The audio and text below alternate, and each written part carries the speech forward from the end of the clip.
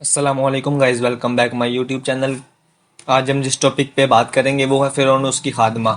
حضور اکرم صلی اللہ علیہ وآلہ وسلم شب معراج میں بیت المقدس کی طرف جاتے ہوئے مصر کے قریب ایک مقام سے گزرے تو انہوں نے نہایت ہی اعلیٰ اور زبردست خوشبو آنے لگی۔ آپ صلی اللہ علیہ وآلہ وسلم نے حضرت جبرائیل علیہ السلام سے پوچھا، یہ کیسی خوشبو ہے؟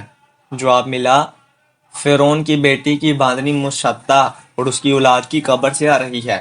پھر حضرت جبرائیل علیہ السلام نے اس کا قصہ بیان کیا۔ وہ خفیہ طور پر اسلام لا چکی تھی۔ ایک دن فرعون کی لڑکی کو کنگھی کرتے ہوئے اس کے ہاتھ سے اتفاقاً کنگھی نیچے گر گئی۔ وہ اٹھانے لگی تو اس کی زبان سے بے ساختہ بسم اللہ نکل گیا۔ اس پر شہزادی نے کہا کہ تو نے آج عجیب کلمہ بولا، رب تو میرا باپ فرعون ہی ہے، تو پھر تم نے یہ کس کا نام لیا ہے؟ اس نے جواب دیا، فرعون رب نہیں بلکہ رب وہ اللہ ہے جو مجھے اور تجھے اور خود فرعون کو روزی دیتا ہے۔ شہزادی نے کہا، اچھا تم میرے باپ کے سوا کسی اور کو اپنا رب مانتی ہے؟ اس نے جواب دیا، ہاں ہاں، میں تیرا اور تیرے اس باپ سب کا رب اللہ ہی ہے۔ شہزادی نے اپنے باپ سے کہلوایا۔ وہ سخت غضبناک ہوا اور اسی وقت برسر دربار بلوایا اور کہا، کیا تم میرے سوا کسی کو اپنا رب مانتی ہو؟ اس نے کہا، میرا اور تیرا رب اللہ تعالیٰ ہی ہے جو بلندیوں اور بزرگی والا ہے۔ فرعون نے اسی وقت حکم دیا کہ تانبے کی جو گائیں بندھی ہوئی ہے اس کو خوب تپایا جائے، اور جو بالکل آگ جیسی ہو جائے تو اس کے بچوں کو ایک ایک کر کے اس میں ڈال دیا جائے، آخر میں خود اسے بھی اس میں ڈال دیا جائے۔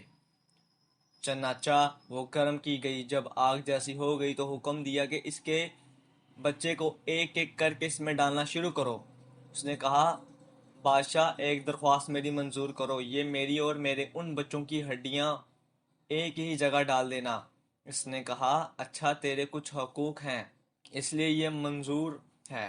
اس کی دونوں بچیاں اس کی آنکھوں کے سامنے اس میں ڈال دی گئیں اور وہ فوراً جل کر راکھ ہو گئیں۔ پھر سب سے چھوٹے کی باری آئی جو ماں کی چھاتی سے لگا ہوا دودھ پی رہا تھا۔ فرعون کی سپاہیوں نے اسے گھسیٹا اور اس نیک بندی کی آنکھوں تلے اندھیرا چھا گیا۔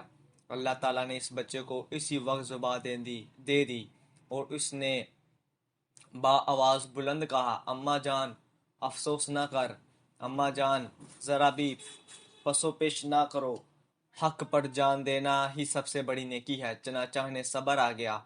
اس بچے کو بھی آگ میں ڈال دیا گیا اور آخر میں ان کی ماں کو بھی اس آگ میں جلا کر مار دیا۔ یہ خوشبو کی مہکیں اس کی جنتی محل سے آ رہی ہیں۔